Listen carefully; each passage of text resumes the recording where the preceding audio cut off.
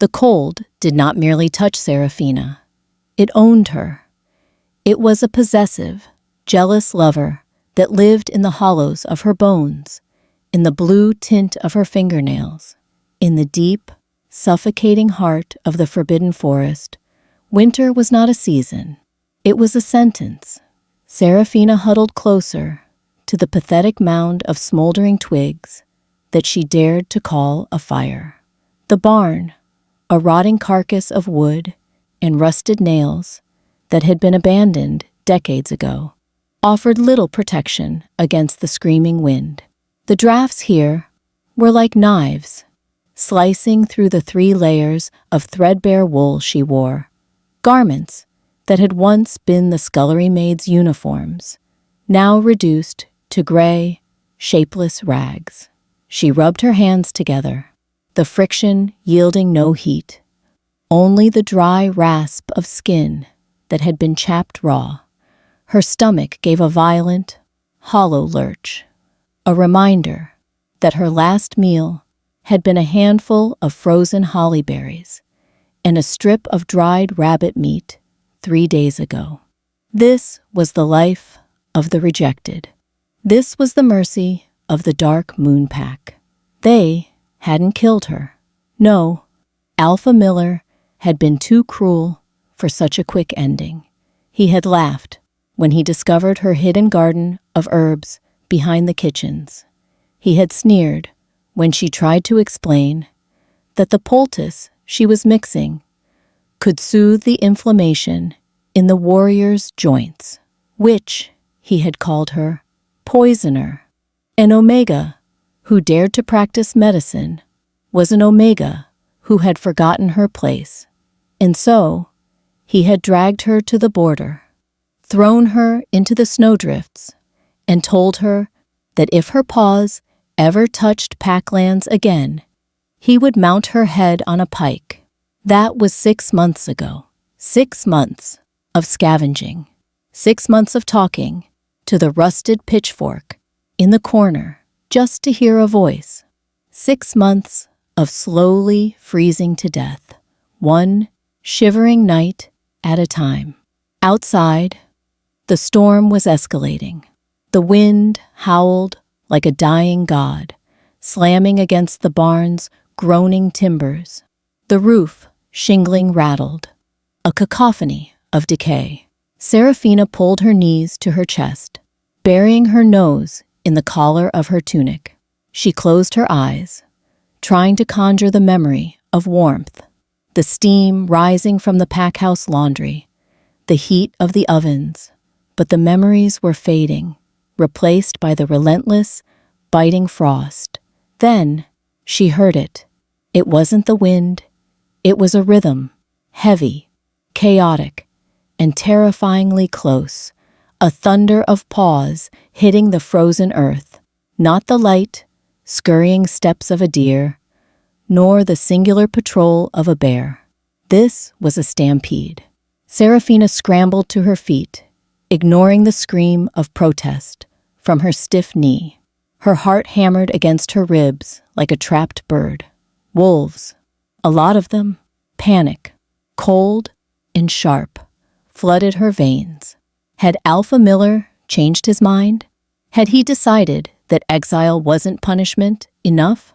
Had he sent the hunting party to finish her off for sport? On a boring Tuesday night, she looked around the barn frantically. There was nowhere to hide. The loft collapsed years ago. The stalls were open. She grabbed a rusted iron bar from the ground, a pitiful weapon against a shifted wolf, but the only defiance she had left. The sound grew louder, a deafening drum roll of heavy bodies crashing through the underbrush. They were right outside. She could hear the wet, ragged tearing of breath. Crack! The barn doors, secured only by a fraying rope, exploded inward. Splinters of rotten wood flew through the air like shrapnel. A blast of snow and ice swirled into the room, instantly killing her tiny fire. Seraphina backed up until her spine hit the rough wood of the rear wall, the iron bar raised, her breath hitching in her throat. They poured in. Not one, not two. A river of midnight fur and muscle flooded her sanctuary. One by one, they collapsed onto the dirty straw floor. They didn't attack. They didn't circle her. They fell. They slid across the ice-slicked floorboards, legs giving out, chests heaving with a desperation that shook the very air. There were 12 of them. 12 massive, terrifying beasts, larger than any wolves Seraphina had ever seen in the Dark Moon territory. They were built for war. Broad shoulders, thick coats, scarred muzzles, but they were broken. The smell hit her a second later. The heavy, copper tang of fresh blood. It overwhelmed the scent of mildew and pine. These wolves were being butchered. The largest of them, a creature of pure, obsidian darkness, slid to a halt near the center of the room. He was monstrous, easily standing a head taller than the others, even on all fours. But his flank was matted with crimson, a deep gash weeping blood onto the straw. He tried to rise, his claws scraping uselessly against the wood, a low, guttural growl vibrating in his chest. It wasn't a growl of aggression. It was a growl of pain. Seraphina lowered the iron bar an inch. She watched, paralyzed, as the massive black wolf shook his head violently, flinging droplets of blood and melting snow. He turned his head toward her. Her breath caught. His eyes. They should have been gold, or blue, or the red of an alpha. Instead, they were milky white, clouded, unseeing. He snapped his jaws at the air, confused, his ears swiveling frantically. He's blind, she realized with a jolt of horror. They're all blind. Around him, the other 11 wolves were in similar states of disarray. Some were licking lacerations on their legs. Others were simply lying flat, panting as if their lungs were filled with glass. They whimpered, a sound that shouldn't come from predators of this size. It was the sound of the vulnerable, the sound of the dying. The black alpha sniffed the air, his nose twitching. He had caught her scent, the musk of a terrified omega.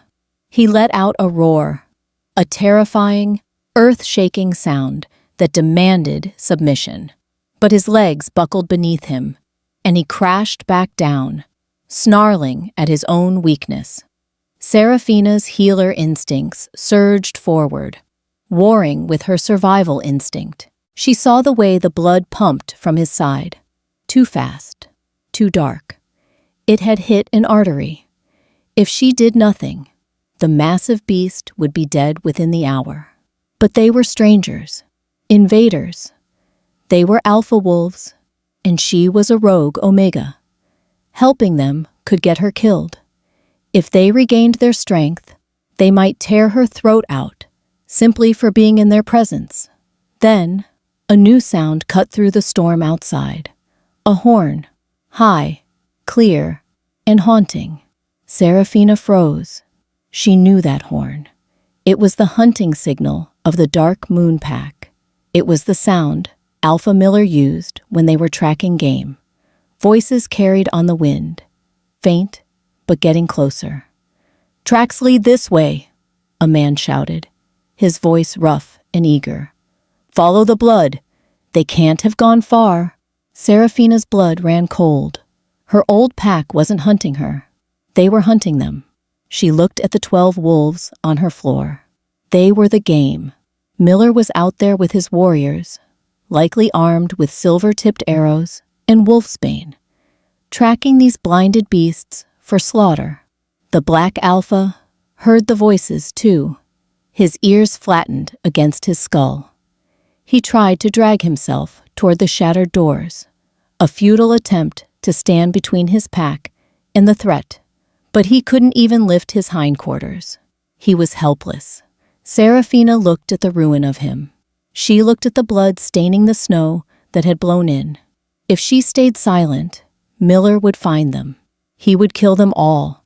And when he found Serafina here, witnessing it, he would kill her too. But more than that, she looked at the suffering. She saw the tremor in the flank of a gray wolf near the wall. She saw the way the alpha panted, his tongue lolling, fighting to stay conscious, to protect his kin. They were in pain. And Serafina, the witch, the poisoner, the reject, could not stand by and watch something die when she had the power to stop it. She dropped the iron bar. It clanged loudly on the floor. The alpha's head snapped toward the noise, a warning growl rumbling in his throat. But Serafina ignored it.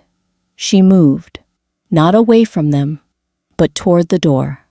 Her limp was heavy tonight, her bad leg screaming with the sudden activity. But she gritted her teeth and shoved her shoulder against the broken remnants of the barn doors. The wood was heavy, wet, and splintered. She groaned with the effort, her boots slipping on the slick floor. "Move," she whispered to herself, tears of exertion stinging her eyes. She managed to heave the left door shut, then the right. They didn't meet perfectly. The latch was gone. But she grabbed a heavy, rotting beam she used for firewood and jammed it across the handles. It wouldn't hold an army, but it would hold the wind, and it would hide the view from the outside. She turned back to the room. Darkness had returned with the closing of the doors, the only light coming from the moonlight seeping through the cracks in the walls. 12 pairs of ears were trained on her. 12 noses were inhaling her scent: lavender, fear, and poverty. Serafina walked slowly toward the massive black alpha. Every instinct screamed at her to run, to climb the rafters, to hide. But she forced her knees to bend. She sank down into the straw, just inches from his deadly, snapping jaws. He stiffened, his milky eyes staring past her, his lips curling back to reveal fangs the size of daggers. He was ready to strike at the unknown threat. "Quiet," she whispered, her voice trembling but firm. "If you want to live, you need to be quiet." The alpha paused. The growl died in his throat, replaced by a sharp, confused intake of breath. He smelled the blood on her hands. His blood. He smelled the intent. It wasn't fear anymore. It was determination. Serafina reached out, her small, pale hand hovering over his matted, bloody flank. She could hear the shouts of the hunters getting closer, perhaps only a mile out. She had minutes, maybe less, to stabilize them before the smell of death drew the scavengers in. "I don't know who you are," she murmured, her fingers finally making contact with his scorching hot fur. The heat was intoxicating to her frozen skin. "And I don't know why you're blind, but tonight," she ripped a long strip of fabric from the hem of her dress, exposing her scarred leg to the biting cold. She didn't flinch. "Tonight," she whispered, wrapping the cloth tightly around the alpha's gushing wound, "you are mine to save." The wolf let out a long, shuddering exhale and laid his heavy head on her knee. The weight of him pinned her to the spot. Outside, the horn blew again, closer this time. Serafina didn't look up. She tied the knot, tightened it, and reached for the next strip of cloth. The long night had just begun. The silence that followed the passing of the hunters was heavier than the storm. Serafina stood with her back pressed against the barricaded doors, her chest heaving, listening to the fading crunch of boots on snow in the distant, mocking cry of the hunting horn. Alpha Miller and his men were moving south, deeper into the valley, drawn away by a false trail, or perhaps just the whims of the blizzard. They were gone. For now, she exhaled, a ragged plume of white steam escaping her lips. The adrenaline that had fueled her barricade began to recede, leaving behind a trembling exhaustion and the biting reality of her situation. She turned slowly to face the room. The barn was a triage unit of nightmares. 12 massive shapes lay scattered across the straw, illuminated only by the gray, ghostly moonlight filtering through the gaps in the rotting roof. The air was thick, almost chewable, with the scent of copper, musk, and the ozone tang of raw magic. Serafina pushed off the door and limped forward. Her bad leg throbbed with a dull, sickening ache, a reminder of the break that had never set right. But she shoved the pain into a box in the back of her mind. She was an Omega. Pain was her inheritance. Survival was her job. She moved to the nearest wolf, a sleek, silver-furred female who was whining softly, pawing at her muzzle. Serafina knelt in the freezing straw. The wolf flinched, snapping blindly at the air, her milky eyes rolling in terror. "Easy," Serafina whispered, her voice a cracked rasp. "I'm not going to hurt you." She reached out, her fingers hovering over the wolf's face. Burns. They weren't just cuts. The fur around the wolf's eyes and muzzle was singed, the skin beneath blistered and red. Silver dust, Serafina realized with a jolt of recognition. It was a chaotic, dirty weapon used by poachers. It blinded the senses, burning on contact like acid. She checked the next wolf, a russet male with a deep gash across his shoulder that refused to stop bleeding. And the next. Every single one of them was battered. Lacerations from silver-tipped arrows, burns from magical traps, and the deep, bruising exhaustion of a forced march. They were shivering violently, not just from the cold, but from shock. If she didn't get their body temperatures up and the bleeding stopped, half of them would be dead by sunrise. Serafina looked at her resources. She had a bucket of half-frozen water.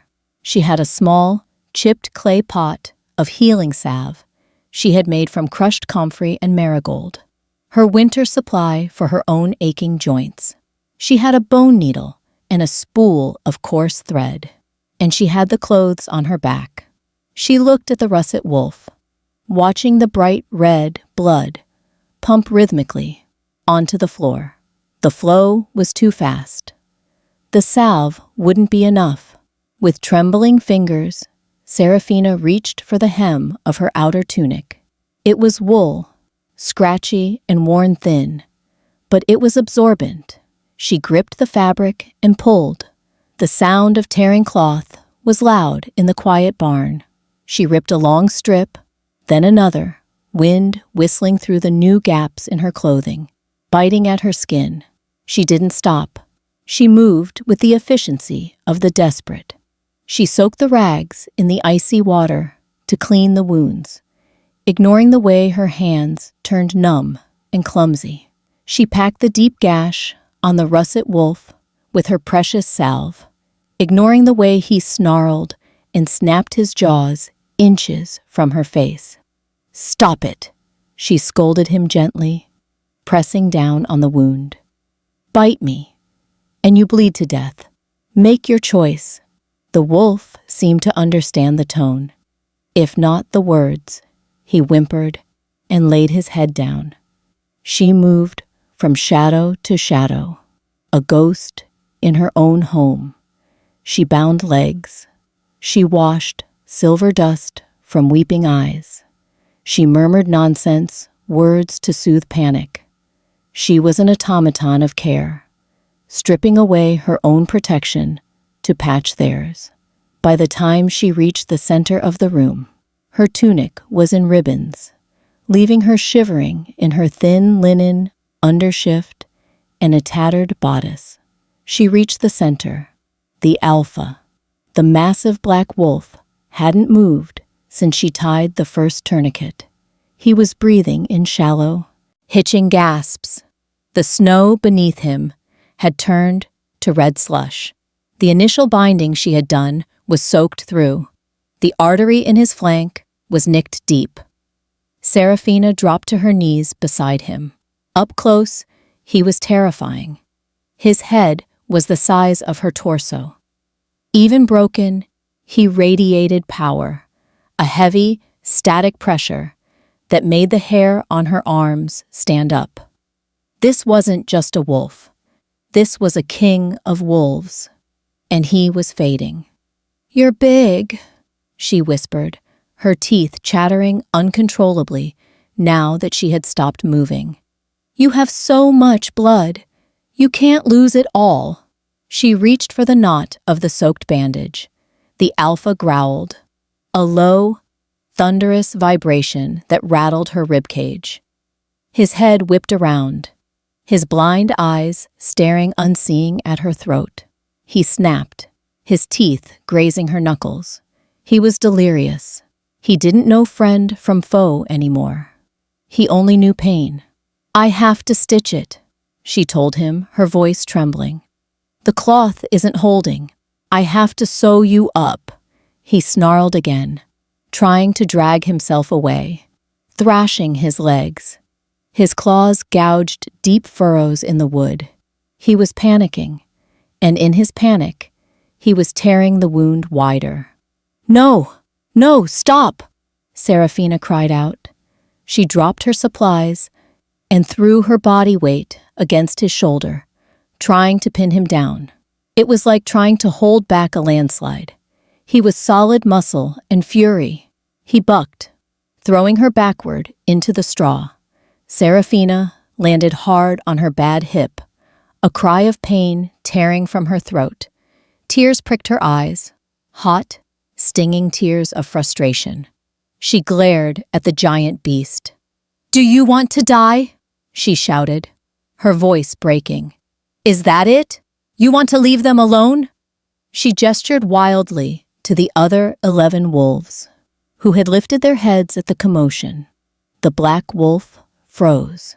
His ears swiveled toward the sound of her distress, and then toward the whimpers of his pack. He slumped, letting out a long, defeated exhale that sprayed blood-speckled foam onto the floor. Seraphina crawled back to him. She didn't hesitate this time.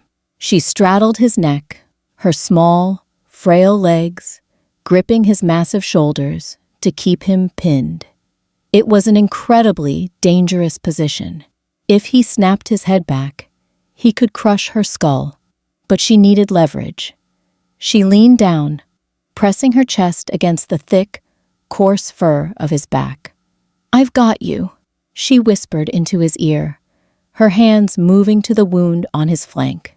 "I'm here. Listen to me. Just listen." She began to hum.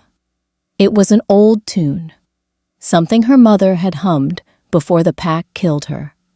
A lullaby for the unwanted. The alpha stiffened as the bone needle pierced his skin. He let out a sharp yelp, his muscles bunching beneath her like coiled steel ropes. Seraphina gritted her teeth, tears freezing on her cheeks. "I know," she murmured, stitching quickly, her hands flick with his hot blood. "I know it hurts. Almost done. Stay with me." She kept humming, the melody weaving through the agony. Slowly, miraculously, the tension began to bleed out of him. The alpha stopped fighting. He leaned into her weight. He turned his head, not to bite, but to rest his chin heavily on her thigh. It took 20 minutes to close the wound. By the time she tied the final knot and bit the thread, Seraphina was shaking so hard she could barely sit up. She slumped off him, collapsing into the straw beside his head. Her hands were stained crimson up to the wrists. Her energy was gone. She felt hollowed out, a husk of a girl. But the silence in the barn had changed. It was no longer the silence of fear. It was the silence of rest. Her stomach gave a violent, cramping twist. Hunger. It clawed at her insides, sharp and demanding. She remembered the rabbit. Seraphina dragged herself to the hollow, beneath the loose floorboard, where she kept her pantry. She pulled out the strip of dried meat.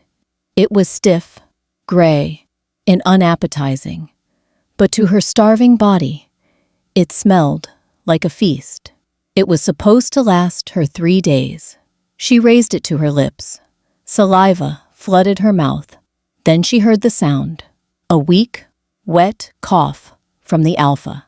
She looked over. He was conscious, but barely. His nose was twitching, scenting the meat. He didn't growl. He didn't demand. He just lay there, a mountain of starving, broken wolf, needing fuel to replenish the blood he had lost. Seraphina looked at the meat. She looked at her own spindly wrists. She looked at the king who might kill her in the morning. "Damn you," she whispered brokenly. She crawled back to him. She tore the meat into small shreds, her fingers too weak to do it easily. She held a piece to his muzzle. He hesitated. He sniffed her fingers, his cold, wet nose brushing against her skin. Then, with infinite gentleness, he took the meat. His tongue, rough as sandpaper, lapped against her palm, cleaning away the crumbs and the blood. She fed him every piece. She gave him the water from the bucket, cupping it in her hands because he couldn't lift his head high enough to drink. When it was gone, Seraphina felt a strange, light-headed clarity. She was going to freeze. She knew it. Her fire was dead. Her clothes were bandages. Her belly was empty. The temperature in the barn was dropping rapidly as the night deepened. She curled up on the floor, a few feet away from the alpha, pulling her knees to her chest, trying to preserve the last spark of warmth in her core. Her teeth chattered, a rhythmic clicking in the dark. "At least I tried," she thought. "At least I wasn't useless at the end." Darkness began to creep into the edges of her vision. The cold stopped hurting and started to burn, a pleasant, numbing fire. She closed her eyes. There was a movement in the straw, a shifting of heavy weight. She felt a burst of heat, massive and overwhelming, press against her back. Seraphina's eyes fluttered open. The alpha had dragged himself across the floor. He hadn't moved away. He had moved to her. He curled his massive body around her small, shivering form. He was a furnace, radiating a supernatural heat that defied the winter air. He tucked his large head over her shoulder, effectively burying her in a cave of black fur and muscle. Then she felt other movements. The other wolves, sensing the alpha's intent, began to crawl over. They piled on. The silver female pressed against her legs. The russet male draped his head over her ankles. They were building a den, a living, breathing mound of fur. And she was in the center. Seraphina stopped shivering. The heat of the pack seeped into her frozen bones, thawing the ice in her veins. She was trapped under the weight of 12 deadly predators, pinned to the floor by the very beasts that could destroy her. But for the first time in 6 months, she wasn't cold. For the first time in 6 months, she wasn't alone. The alpha let out a deep, rumbling sigh against her neck, the vibration lulling her senses. Seraphina's hand drifted up, tangling instinctively into the thick ruff of his neck. "Okay," she whispered into the fur. Okay. And then the rejected Omega slept, guarded by the kings of the north. Morning did not come gently to the barn. It came as a spear of pale, winter light piercing through the cracks in the poles, illuminating the floating dust motes that danced in the freezing air. But Seraphina did not feel the cold. For the first time in half a year, she was not waking up shivering, curled into a tight ball of misery. She was floating in a sea of heat. It was heavy, suffocating, and undeniably masculine. The scent of the barn had changed overnight. The copper tang of blood and the damp smell of wet dog were gone, replaced by something richer, deeper, like spiced leather, burning cedar, and the dark, musky scent of rain on hot stone. She kept her eyes closed, afraid that if she opened them, the dream would shatter, and she would be back under her thin, scratchy blanket, alone with the frost. She shifted slightly, trying to stretch a cramp out of her bad leg. Her hand, which had been tangled in thick, coarse fur when she fell asleep, slid across something different. It wasn't fur. It was smooth, warm, hard as marble, but yielding slightly under her fingertips. Skin. Seraphina's breath hitched. Her fingers traced the landscape beneath them. The ridge of a collarbone, the heavy slope of a pectoral muscle, the frantic, steady thrum of a heartbeat beneath the surface. Her eyes snapped open. The scream died in her throat, choked off by sheer, paralyzing shock. The wolves were gone. The mountain of fur that had sheltered her through the night had vanished. In its place was a tangle of limbs, skin, and raw muscle. The barn floor was a landscape of naked men, 12 of them. They were sprawled over each other in a chaotic heap of slumber, their breathing deep and synchronized. These were not the starved, scrawny boys of the village. These were titans. Even in sleep, they looked dangerous. Their bodies were road maps of violence, scars twisting across broad backs, thick arms corded with power, hands that looked large enough to crush stones. And she was buried in the center of them. Panic, cold and sharp, spiked through the haze of sleep. She tried to scramble backward, but she was pinned. A heavy arm was draped over her waist, holding her flushed body against a chest that felt like a wall of granite. A leg, thick with muscle and dusted with dark hair, was hooked over her own, trapping her lower half. Seraphina turned her head slowly, her heart hammering against her ribs like a trapped bird. The face, inches from hers, belonged to a god of war. It was the Alpha. She knew it instantly. Even without the black fur, the presence was the same. He had a jawline that could cut glass, covered in the shadow of a dark beard. His nose was straight and aristocratic, his brow heavy. His hair was a chaotic mess of midnight black, falling over his forehead. He was breathtaking, and he was naked, and she was. Seraphina looked down at herself. She was wearing her threadbare linen shift and a tattered bodice that was falling apart. Her legs were bare, exposed to the air, but kept warm by the heat of the men surrounding her. She was an exiled Omega, lying in a pile of naked, strange alphas. If they woke up, if they realized what she was, she had to move. She had to get out before the spell broke. She reached down, her trembling fingers gripping the heavy forearm draped across her stomach. She tried to lift it. It was like trying to lift a fallen tree branch. The man stirred. Seraphina froze, her breath trapped in her lungs. The Alpha's breathing pattern changed. It hitched, then deepened. His brow furrowed.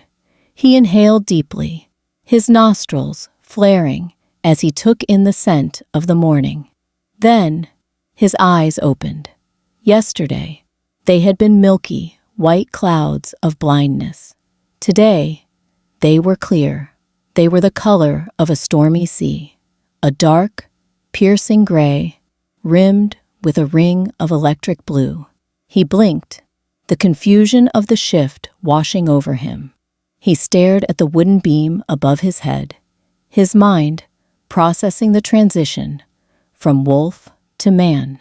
Then, he felt the weight against his side. He turned his head, his gray eyes locked onto Seraphina's wide, terrified brown ones. Time seemed to warp, stretching into an eternity of silence. Seraphina trembled. She waited for the snarl. She waited for the disgust. She waited for him to shove her away, to demand why a dirty, crippled Omega was touching him. But he didn't move. He just stared, his gaze tracking over her face, the smudge of soot on her cheek, the dark circles under her eyes, the tangled mess of her hair. Then, his gaze dropped lower. He looked at her chest, where his arm was draped. He looked at the thin, torn fabric of her shift. He sat up abruptly, the sudden movement scattering the other men like startled birds. The 12 began to rouse. Groans of confusion and the shifting of heavy bodies filling the small space. But the Alpha, this king among them, ignored his men. He looked down at his own flank. There, bound tightly around his hip, was a strip of gray wool. It was stained dark with dried blood, but the bleeding had stopped. The crude, desperate stitches Seraphina had sewn with a bone needle held the jagged flesh together. He touched the fabric. It was rough, cheap, the kind of wool servants wore.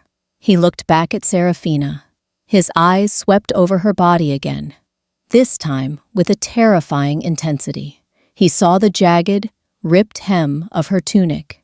He saw the missing patches of her dress. He realized what he was wearing. He was wearing her clothes. The realization hit him with the force of a physical blow. The air in the barn suddenly grew heavy, charged with a static electricity that made Seraphina's skin prickle. "You!" His voice was a ruin, deep, gravelly, and unused to human speech after days in wolf form. It vibrated in the floorboards. Seraphina scrambled backward, crab-walking across the straw until her back hit the wall. She pulled her knees up, trying to cover her exposed legs. "I didn't have anything else," she stammered, her voice shaking. "The bleeding wouldn't stop. I had to bind it." The other men were awake now. They were sitting up, realizing their nakedness, realizing their sight had returned.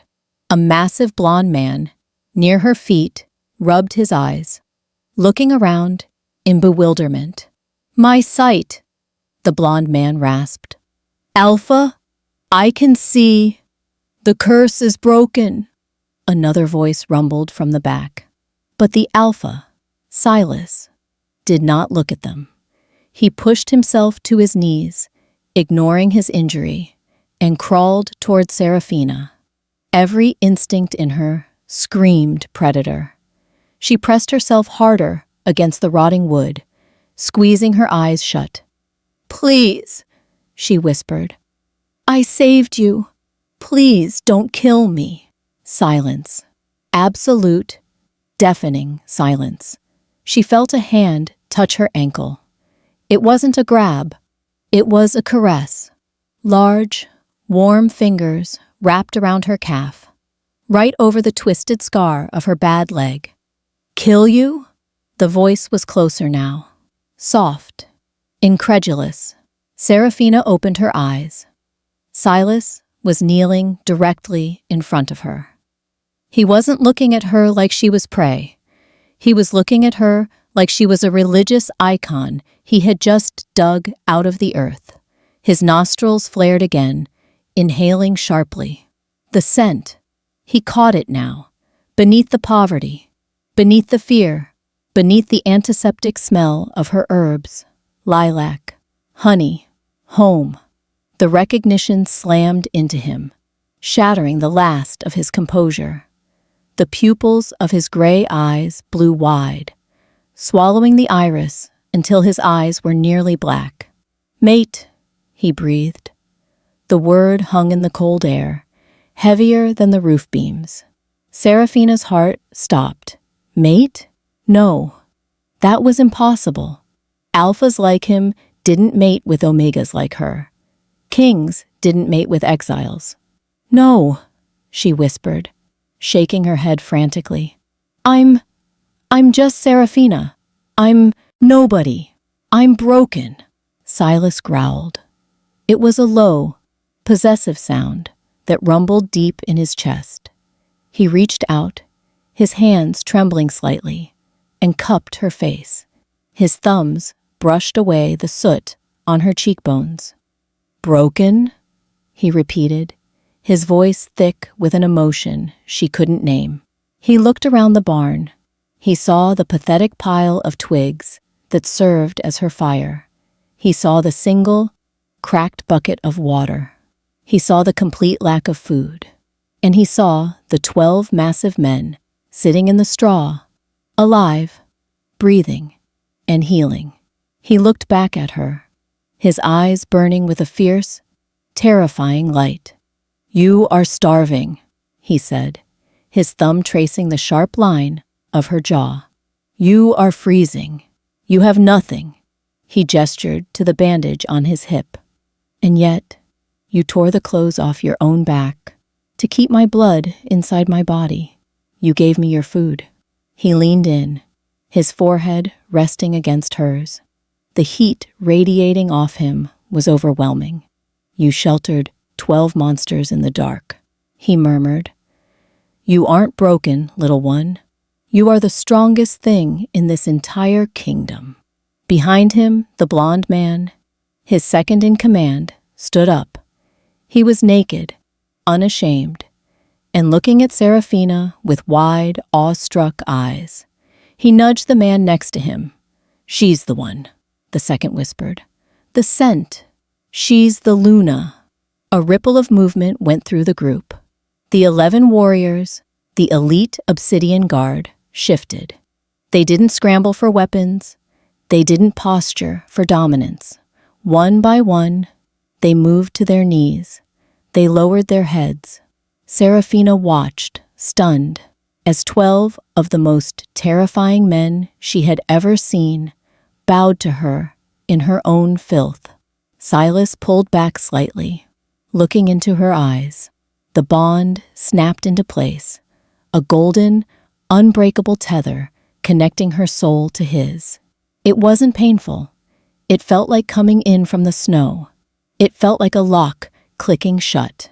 "My name is Silas Vane," he said, his voice ringing with the authority of a king. "I am the Alpha of the Obsidian Guard, and you—" He moved his hand from her face to her shoulder, his grip firm and claiming. He looked at the ragged shift she wore, his expression darkening with fury at her condition. He moved quickly. He grabbed a heavy woolen cloak that had been tangled in the pile, one of the few items that had survived their transformation back to human form. He wrapped it around her, engulfing her small frame in the heavy, expensive fabric that smelled of him. He scooped her up. Seraphina gasped as the world tilted. He lifted her as easily as if she were made of paper. She instinctively wrapped her arms around his neck, burying her face in the crook of his shoulder to hide her burning face. "Silas," she whispered. "I have you," he promised, standing up to his full height. He towered over everything in the room. He didn't care that he was naked. He didn't care about the cold. He only cared about the bundle in his arms. He turned to his men, his aite. Voice shifted from the soft murmur of a lover to the steel command of a general. Kael, Jax, find our packs. Get weapons. Get clothing. Yes, Alpha, the men chorused, their voices snapping with discipline. We are leaving this place, Silas declared, tightening his hold on Seraphina's thigh. Burn this barn to the ground. No one will ever live in this squalor again. He looked down at Seraphina, his eyes softening once more. We are going home, Seraphina, and if anyone tries to stop us— A dangerous smirk touched his lips, the predator surfacing beneath the man. Well, I have 12 wolves who owe you a life debt. Let them try. He walked toward the broken doors, stepping out into the blinding white of the morning snow, carrying his queen away from the darkness forever. The world was a blur of white snow and gray sky. But for the first time in her life, Seraphina was not part of the landscape. She was separate from it, suspended above the frozen earth in a cradle of iron muscle and heat. Silas had not put her down, not once. They had been walking for hours. The storm had broken into a dull, flat gray afternoon, the wind losing its scream but keeping its bite. Any normal man would have collapsed miles ago, trudging through knee-deep drifts while carrying a burden. But Silas Vane was not a normal man. He moved with a relentless, predatory grace, his breathing even, his stride devouring the distance. Seraphina huddled deeper into the oversized wool cloak he had wrapped her in. It smelled of him, cedar, ozone, and the deep, rich musk of an alpha in his prime. She felt small, absurdly fragile against the wall of his chest. Her bad leg, usually screaming in protest by midday, throbbed with a dull, phantom ache, confused by the lack of weight upon it. She shifted slightly, peeking out from the folds of the heavy fabric. Rest, Silas rumbled, the vibration traveling directly from his chest to her cheek. He didn't look down. His eyes were scanning the horizon, ever the sentry. We are almost to the outpost. You must be tired, Seraphina whispered, her voice rough. I can walk. If we go slow, I can— You will not walk. The tone was final, not angry, but absolute. You walked on a broken leg for 6 months to survive. You do not take another step until I say you are healed. Seraphina swallowed the lump in her throat. She rested her head back against his shoulder, her eyes drifting to the men surrounding them, the 12. They moved in a loose, protective phalanx around Silas, a lethal escort that shielded her from the wind and the world. They had scavenged gear from a hidden cache near the tree line, dark leathers, heavy fur-lined boots, and broadswords strapped to their backs. They looked terrifying. They looked like a legion capable of leveling mountains.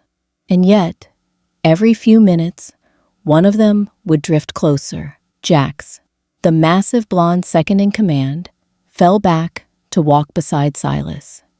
He didn't look at his king. He looked at Seraphina. His gaze wasn't predatory. It was concerned. He reached into his pack and pulled out a small, battered flask. Water, Luna? He asked, his voice surprisingly gentle for a man with a scar running through his eyebrow. Luna. The title hit her like a physical blow. She wasn't a Luna. She was a reject who lived in a barn. But she was too thirsty to argue. She nodded weakly. Jax uncorked the flask and held it to her lips, pacing his stride perfectly with Silas's so she wouldn't spill a drop. The water was cold and clean. "Thank you," she murmured. Jax dipped his head, a gesture of profound respect, before moving back to his position on the flank. Seraphina closed her eyes. It felt like a fever dream. Any moment now, she would wake up on the frozen straw, her stomach empty, the wind howling through the cracks in the wood. "There," Silas said. Seraphina opened her eyes. Ahead, rising out of the snow like a beacon, was the village of Whitebridge. It was a neutral trading post, a cluster of stone buildings with slate roofs, smoke curling invitingly from a dozen chimneys. "Civilization," Silas muttered. He tightened his grip on her thighs. "Hold on to me, Seraphina." They didn't enter the village like travelers. They entered like a conquering storm. The town was bustling with midday trade, but as the 12 marched down the main street, silence rippled outward like a wave. Carts stopped. Chatter died. People pressed themselves against walls, eyes wide with fear and awe. The Obsidian Guard was a legend in the north, the king's personal death squad. To see them here, in full force, led by the king himself, was an event that stopped hearts. And then the whispers started. They saw the king. They saw the blood dried on his leathers. And they saw the small, bundled figure in his arms. A pair of dirty, bare feet dangled from the cloak, blue with cold. Silas ignored the staring crowds. He marched straight to the largest building, the Iron Hearth Inn, and kicked the heavy oak door open with a boot. The common room fell silent. Spoons froze halfway to mouths. The innkeeper, a portly man with a red face, scrambled out from behind the bar, wiping his hands on a rag. He took one look at Silas's face, at the storm brewing in those gray eyes, and nearly fell to his knees. "My Lord King," the man stammered, We weren't expecting.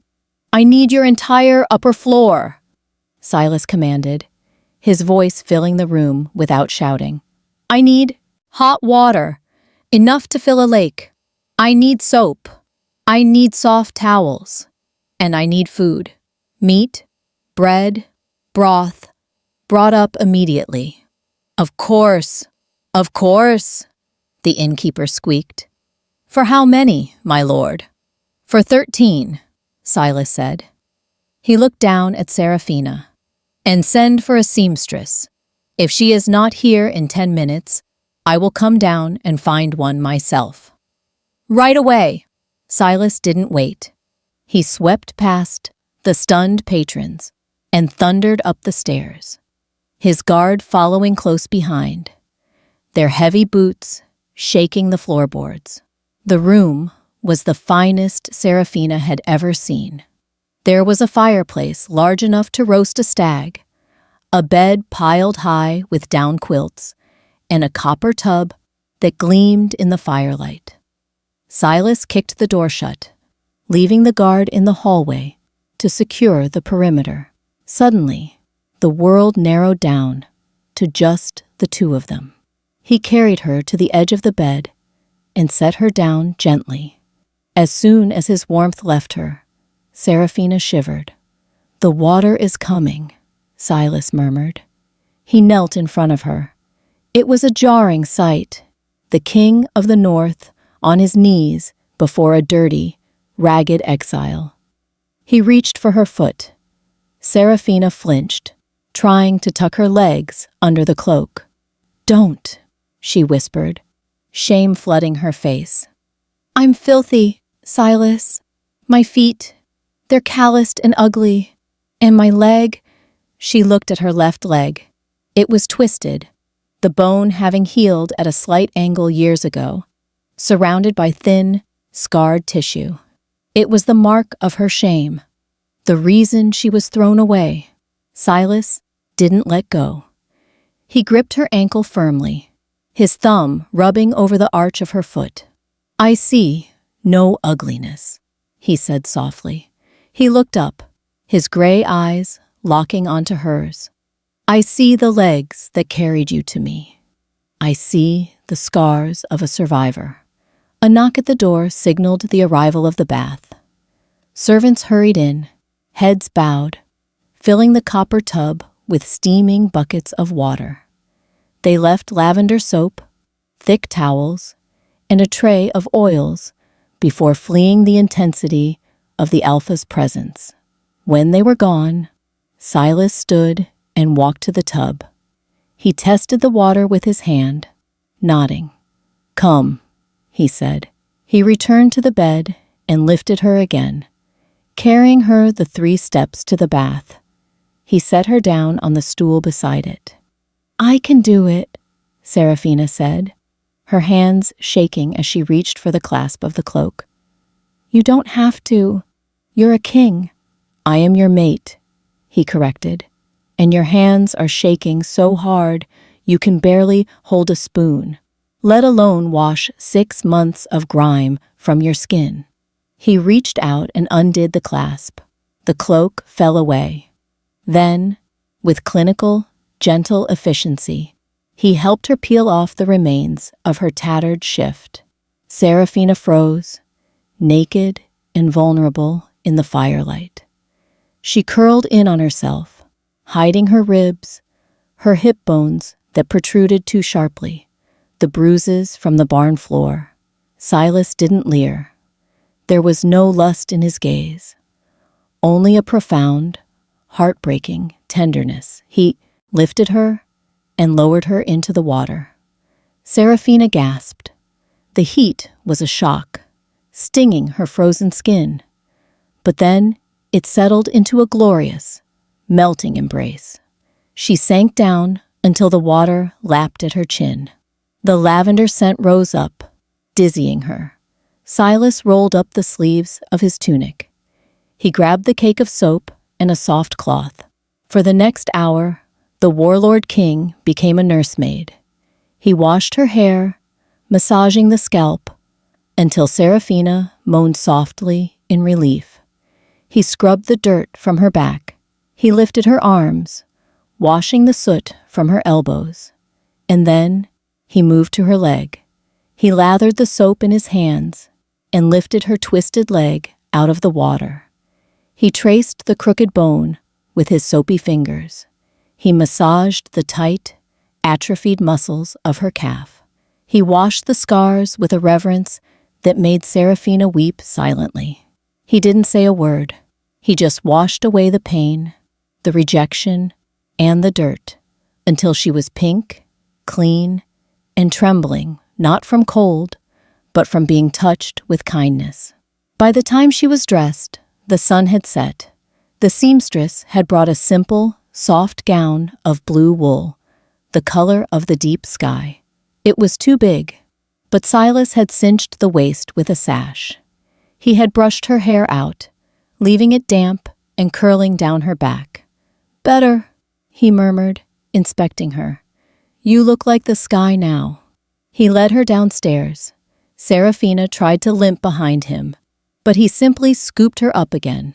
Silas, people will stare, she protested weakly. Let them, he growled. They descended into the common room. The tables had been pushed together to form one massive banquet board. The 12 were seated there. They had bathed and changed as well. Gone were the bloodied rags.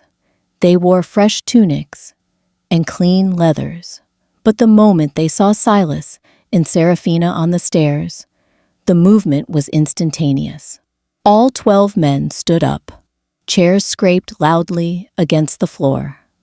They turned to face her, standing at attention.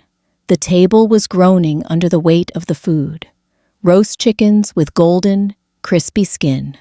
Platters of beef swimming in gravy. Loaves of dark, crusty bread. Wheels of cheese. Pitchers of wine. The smell hit Serafina's empty stomach with the force of a hammer. Her mouth watered so painfully it ached. Silas carried her to the head of the table. He sat on the large, high-backed chair and placed her settled on his lap. He arranged her so she was comfortable, her back against his chest, his arms boxing her in. "Eat," Silas commanded the room. No one moved. Jax, standing at the right hand of the king, looked at Seraphina. He looked at the empty plate in front of her. "We wait for the Luna," Jax said simply. Seraphina looked around the meal. These massive men, who had been starving in that barn just as she had, were staring at the food with hungry eyes. Yet not one of them reached for a roll. They were waiting for her. The Omega, the runt. Tears pricked her eyes again. "You don't have to," she whispered. "We do," Kyle, a dark-skinned warrior with gentle eyes, said from across the table. "You fed us when you had nothing. We will never eat before you again." Silas reached for a knife. He carved a slice of the tenderest breast meat from the chicken. He tore a piece of soft bread and dipped it in the gravy. He held the bread to Seraphina's lips.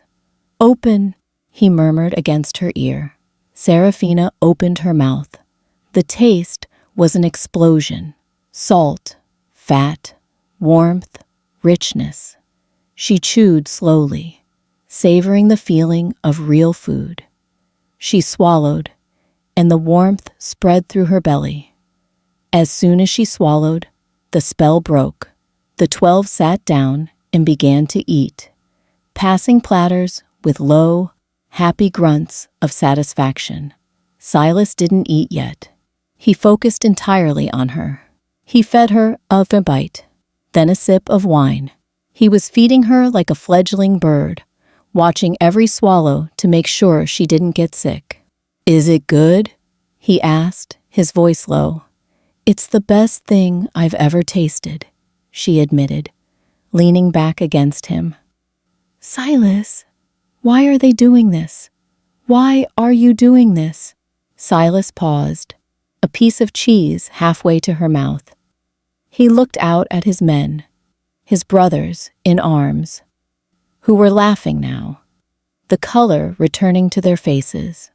Then he looked down at the small woman in his lap, who had saved them all. "Because, Seraphina," he said, his voice rough with emotion, "power usually takes. It consumes. You had no power, yet you gave everything. That makes you more royal than any of us." He pressed a kiss to the top of her head. "Eat up, my queen. You'll need your strength. Tomorrow, we go to the capital. And tomorrow, the world learns exactly who you are." The journey toward the capital should have been terrifying. They were moving through the treacherous passes of the northern range, where the wind sharpened itself against the granite peaks before slicing down into the valleys. But Seraphina felt none of it. She sat astride a massive black warhorse, nestled securely between the hard leather of the saddle and the harder wall of Silas's chest. His arms caged her in, holding the reins with a loose, confident grip, while his chin rested lightly on the top of her hooded head. They moved as a single organism. The 12, now clad in black armor that absorbed the light, rode in a tight formation around them. To an outsider, they looked like a moving shadow. To Seraphina, they looked like a fortress. But as the sun began to dip, painting the snow in shades of bruised purple and blood orange, the landscape changed. The trees grew gnarled and thick. The scent of pine and fresh snow was replaced by something damp, earthy, and sickly sweet. Seraphina stiffened. Her heart gave a painful, skipping thud. She knew this smell. It was the scent of rotting leaves and stagnant water. It was the scent of the dark moon territory. "You're trembling," Silas murmured against her ear. It wasn't a question. "We crossed the border," Seraphina whispered, her voice tight. "This is This is where I was born, where they cast me out." Silas tightened his arm around her waist. "Then it is good we are passing through. I want them to see what they lost." "No," she breathed, panic clawing at her throat. "Silas, you don't know Alpha Miller. He's cruel. He won't let strangers pass without a toll. If he sees me—" "Let him see," Silas said.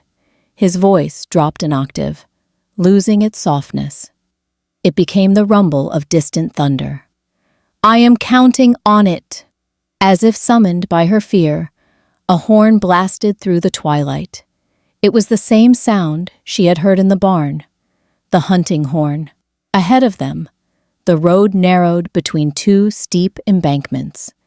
From the shadows of the trees, wolves emerged, dozens of them.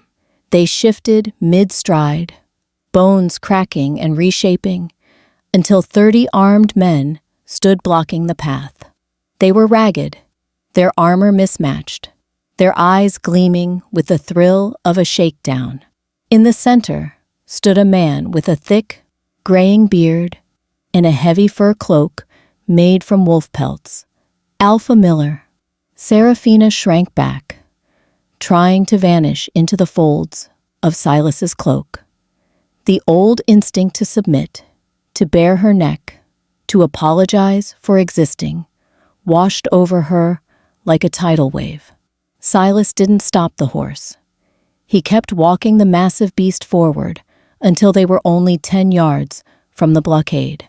The 12 stopped behind him, silent and still as statues. "Hold!" Miller barked, stepping forward. He rested his hand on the hilt of a rusted sword. "You wander far from the trade routes, strangers. This is Dark Moonland. No one crosses without paying the Alpha's tax." Silas remained silent. He sat tall, his face shadowed by the hood of his cloak. Miller's eyes narrowed. He scanned the group, calculating. He saw the quality of the horses. He saw the dark armor. He licked his lips. "Rich pickings," he muttered to his beta. Then, his gaze snagged on the small figure wrapped in blue wool, sitting in front of the leader. He squinted. Then he laughed. A harsh, barking sound that made Seraphina flinch. "Well, well," Miller sneered, stepping closer. "I know that scent. Rotten herbs and failure." He pointed a thick, dirty finger at Seraphina. "Is that the runt? Is that Seraphina?" Seraphina couldn't breathe. She stared at the horse's mane, her hands gripping Silas's forearm so hard her knuckles turned white. "Look at that!" Miller shouted to his men, grinning. "The little witch survived the winter, and she found herself a keeper. Tell me, stranger," he addressed Silas, his tone mocking. "Did you pick her up off the side of the road? Did you think you could salvage her? She's broken, you know.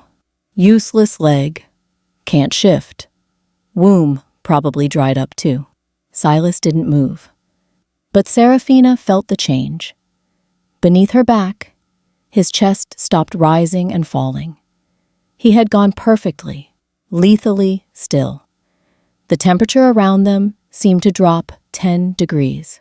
"She belongs to this pack," Miller declared, puffing out his chest. "Exile or not, she's Dark Moon property.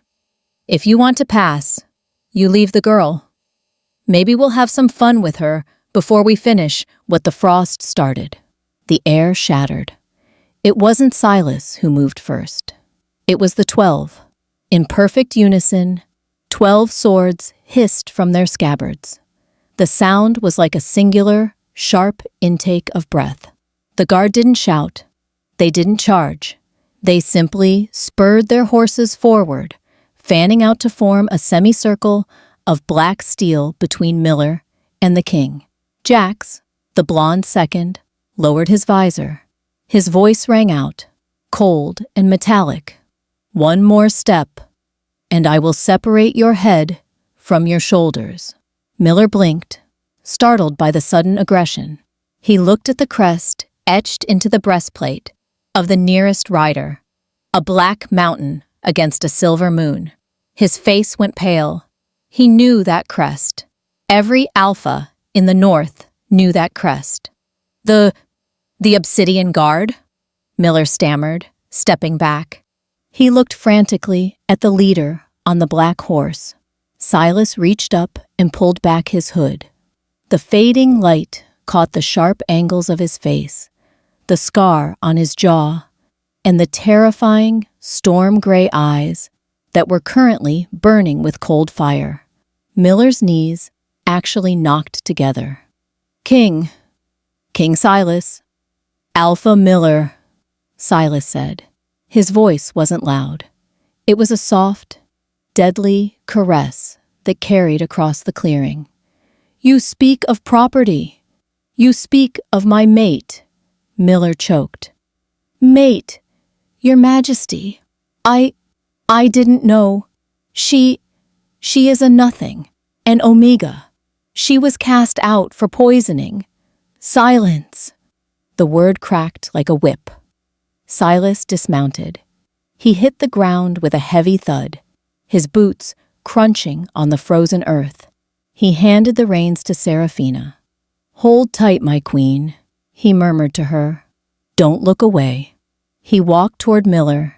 He didn't draw a weapon. He didn't need to. He walked with the arrogance of an apex predator entering a pen of rabbits. Miller's men backed away, terrified. They dropped their weapons. They knew the stories. They knew Silas Vane had once slaughtered an entire rebel army single-handedly to reclaim a border fort. Miller stood alone, trembling, his sword rattling in its sheath. Your Majesty, please, it was a misunderstanding. Take her. Take the runt. I don't want trouble. Silas stopped arm's length from him.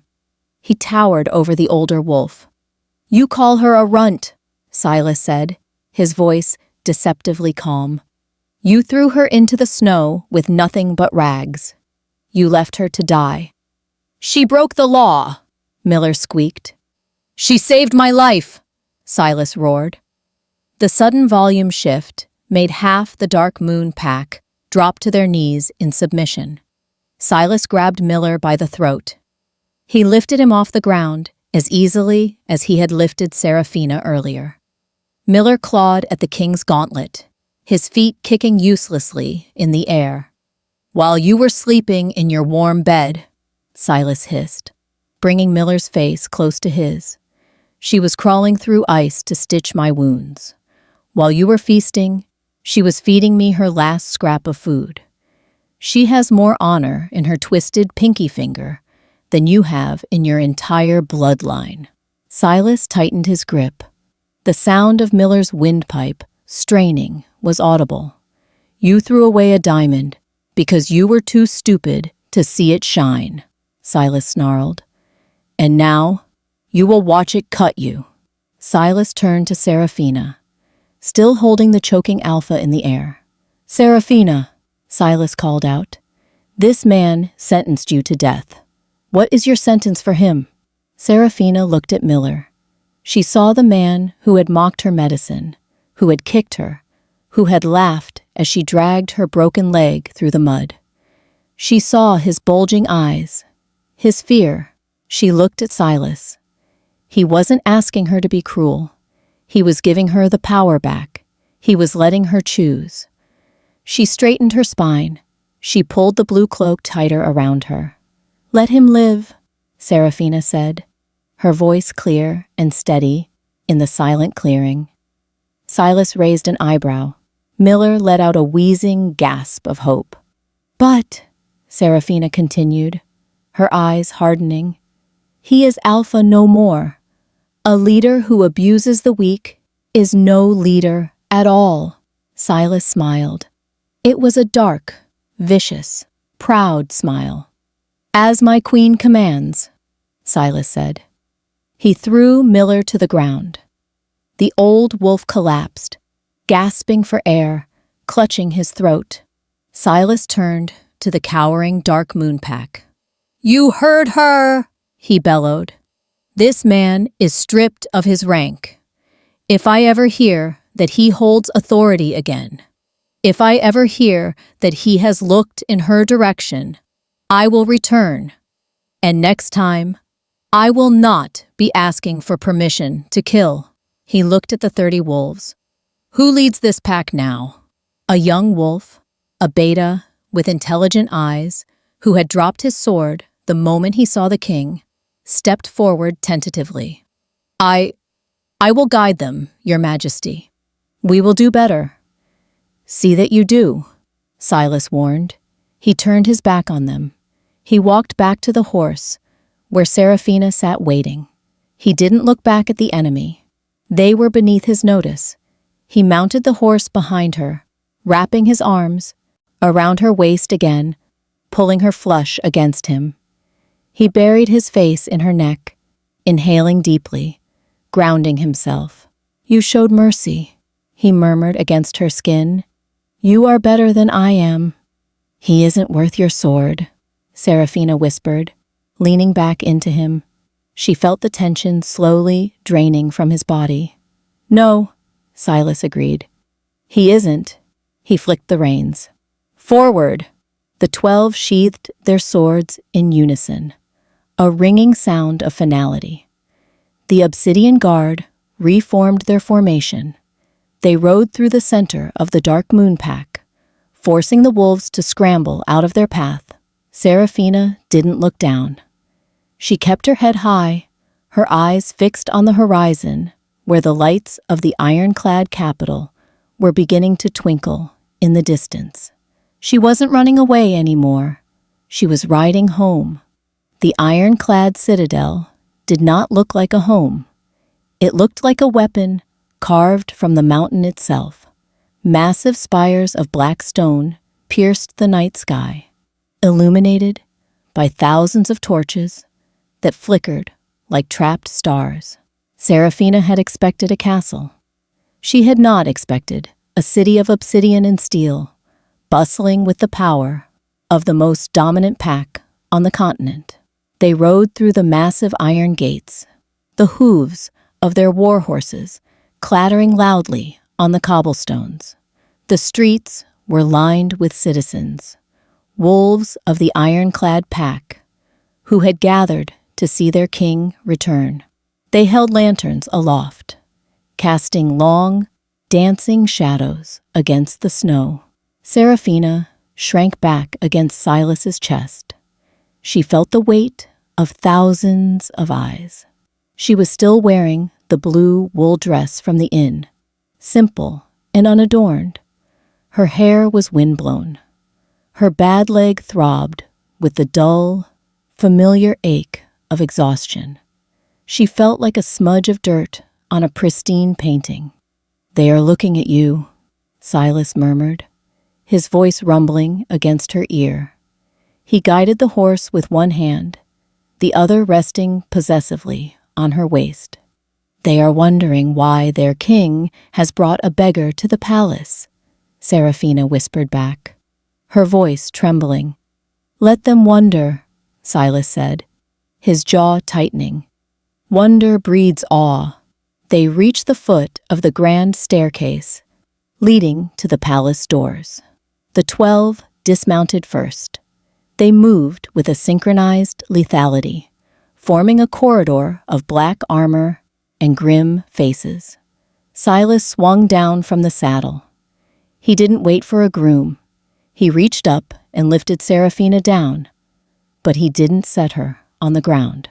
"Silas," she hissed, her face burning. "I can walk. The stairs. I can manage them if I take my time." "There are 300 steps," Silas said simply, "and you have walked enough for one lifetime." He carried her up. He carried her past the bowing guards, past the gilded statues of ancient wolf gods, and through the colossal double doors of the throne room. The throne room was a cavern of velvet and gold. A massive fire roared in a hearth the size of her old barn. The air smelled of expensive perfume and political tension. The council of elders, men and women in robes of silver silk, stood waiting.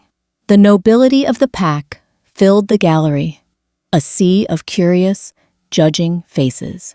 When Silas entered, carrying the small woman in blue, a hush fell over the room. It was absolute. You could hear the crackle of the logs in the fireplace.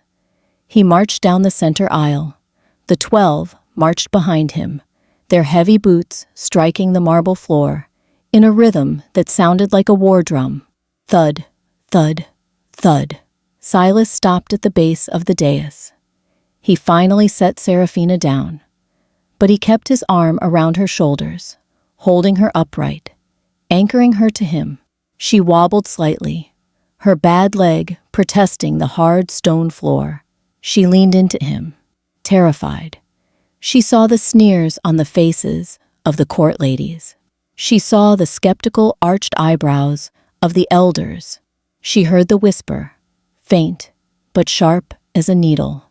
A cripple. He brought a cripple? Silas heard it too. He stiffened. The temperature in the room plummeted. The shadows in the corners seemed to stretch and darken, responding to the alpha's mood. "My lords, my ladies," Silas began. His voice was not loud, but it projected to every corner of the vast hall. It was the voice of a man who had crushed rebellions with his bare hands. You look at this woman, and you see her limp. You see her simple clothes. You see an omega. He paused, letting the silence stretch until it was uncomfortable. "You are blind," he snarled. The court flinched. Silas turned to Seraphina. He took her hand, her rough, calloused, scarred hand, and raised it high. 3 nights ago, my guard and I were betrayed. We were poisoned with silver. We were stripped of our forms. We were blinded and left to die in the freezing dark. Gasps rippled through the crowd. This was news. The king's vulnerability was a secret until this moment. We were 12 monsters, Silas continued, his eyes scanning the room, daring anyone to interrupt. Blind, wounded, and mad with pain. We broke into a barn. We were ready to kill anything that moved. He looked down at Seraphina, his expression softening into something indistinguishable from worship. She was alone. She was starving. She had been cast out by her own pack, left to rot. She owed us nothing. She had every reason to run, every reason to let us die. He gestured to the 12 standing behind him. "Jax," Silas barked. The massive blonde second stepped forward.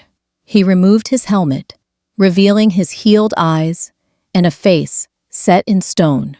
"She tore her own clothes to bind my wounds," Jax said, his voice booming. "She gave me water when she had none." "Kale," Silas commanded. The dark-skinned warrior stepped forward. "She used her own body heat to keep the frost from taking my fingers. She froze so that I might burn." One by one, the guards stepped forward.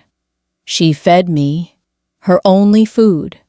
She sang to me when the pain was too great. She protected us from the hunters." The court was silent now. The sneers were gone, replaced by wide eyes and open mouths. The narrative was shifting. They weren't looking at a beggar anymore. They were looking at a savior. Silas turned back to the crowd. "You ask why I brought her here," Silas said, his voice dropping to a dangerous whisper. "I did not bring her here. I begged her to come. Because without this woman, your king would be a frozen corpse in a ditch. Without this woman, the obsidian guard would be a memory." He released Seraphina's hand and stepped back. He gestured to the massive throne of black iron that sat atop the dais. It was a seat of jagged edges and dark power, a seat meant for a warlord. "Seraphina," he said gently, "take your place." Seraphina looked at the throne. It looked too big, too hard. She looked at her twisted leg. She looked at the crowd. I can't," she whispered, panic fluttering in her chest.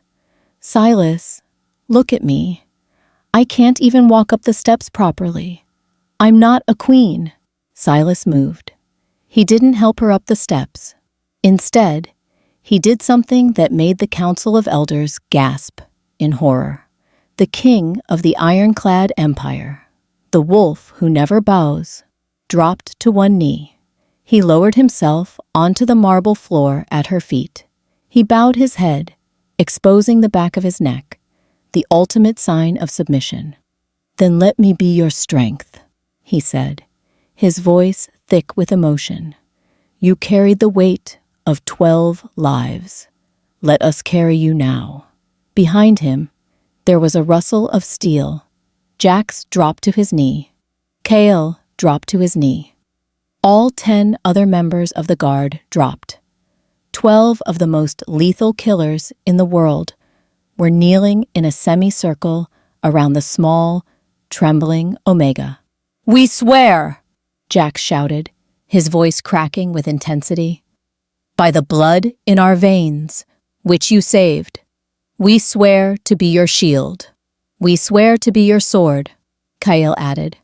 "We swear," the 12 chanted in unison, their voices shaking the rafters, "to serve the Luna, from this breath until our last." Seraphina stood there, tears streaming down her face. She wasn't looking at the court anymore. She was looking at the men she had saved. She realized, finally, that they didn't see her limp. They didn't see her rags. They saw the woman who had stood between them and death. She took a breath. It was shaky, but it was deep. She lifted her chin. She put her hand on Silas's shoulder. "Stand up, Silas," she whispered. "My king." Silas looked up. His eyes were shining. He stood, towering over her, and took her hand again. He led her up the 3 steps to the dais. He didn't carry her this time. He let her walk, matching his pace to her slow, uneven rhythm. He let the court see her struggle, and he let them see him waiting for her. When they reached the top, he didn't sit on the throne. He guided her to it. "Sit," he commanded softly. Seraphina sat. The iron was cold, but the black wolf pelt draped over it was warm. She gripped the armrests. She looked out over the sea of faces. Silas turned to the high priestess, who was standing to the side, holding a velvet cushion. On it lay a circlet of white gold, woven to look like briar thorns and winter roses. Silas took the crown. He held it over Seraphina's head. "The pack saw a cripple," Silas declared, his voice ringing out like a bell. "The king saw a warrior. And tonight," he lowered the crown. It settled onto her dark curls, light as a feather, heavy with destiny. "Tonight, the moon shines only for her." "All hail Luna Seraphina!" Jax roared from the floor. "All hail!" The court thundered back, the sound deafening. Later, the noise had faded. The feast was over. The hands had been shaken. The oaths had been sworn. The palace was quiet, save for the distant changing of the guard. Her guard. Seraphina sat on the edge of the massive 4-poster bed in the royal chambers. She had been bathed again, dressed in silk nightclothes that felt like water against her skin. She was staring at a cane leaning against the wall. It had been a gift from the master smith, black ebony wood, with a handle carved from silver in the shape of a wolf's head. It was beautiful. It was an acknowledgement that she didn't need to be fixed to be royal. The door opened. Silas entered, He had shed his armor. He wore only loose breeches. He looked tired, the adrenaline of the last few days finally fading, leaving behind the mortal man. He walked over to her and knelt between her knees, resting his hands on her thighs. "Are you in pain?" he asked immediately. "A little," she admitted. "But it's a good pain. It's the pain of being alive." Silas leaned forward and pressed a kiss to her scarred knee. He stayed there for a moment, his forehead resting against her leg. "I was terrified," he confessed, his voice muffled against her skin. "In the barn, when the cold took my sight. I have never been afraid of death, Seraphina. But I was afraid of dying in the dark." He looked up at her. "And then you spoke. You told me to be quiet. You touched me with hands that were freezing. And you gave me everything you had." Seraphina reached out and cupped his face. She traced the scar on his jaw. "I thought I was saving a wolf," she whispered. "I didn't know I was saving my life." "We saved each other," Silas said. He stood up and pulled her into his arms, lying back onto the pillows, pulling her down so she rested on his chest. The fire in the hearth burned low, casting a warm, golden glow over the room. Outside, the wind howled around the spires of the citadel, searching for cracks to enter. But the windows were sealed, the walls were thick, and the 12 were standing guard outside the door. Seraphina listened to the steady, strong beat of the king's heart beneath her ear. "Silas? Is there any of that roast chicken left?" Silas's chest rumbled with a laugh, a deep, joyous sound that chased away the last of the shadows. "I'll have Jax bring up a whole platter," he promised, kissing the top of her head. "Sleep now, Luna. The sun will be up soon, and this time you won't have to face it alone." Seraphina closed her eyes. The barn was a memory. The cold was a dream. She was warm. She was full. She was home.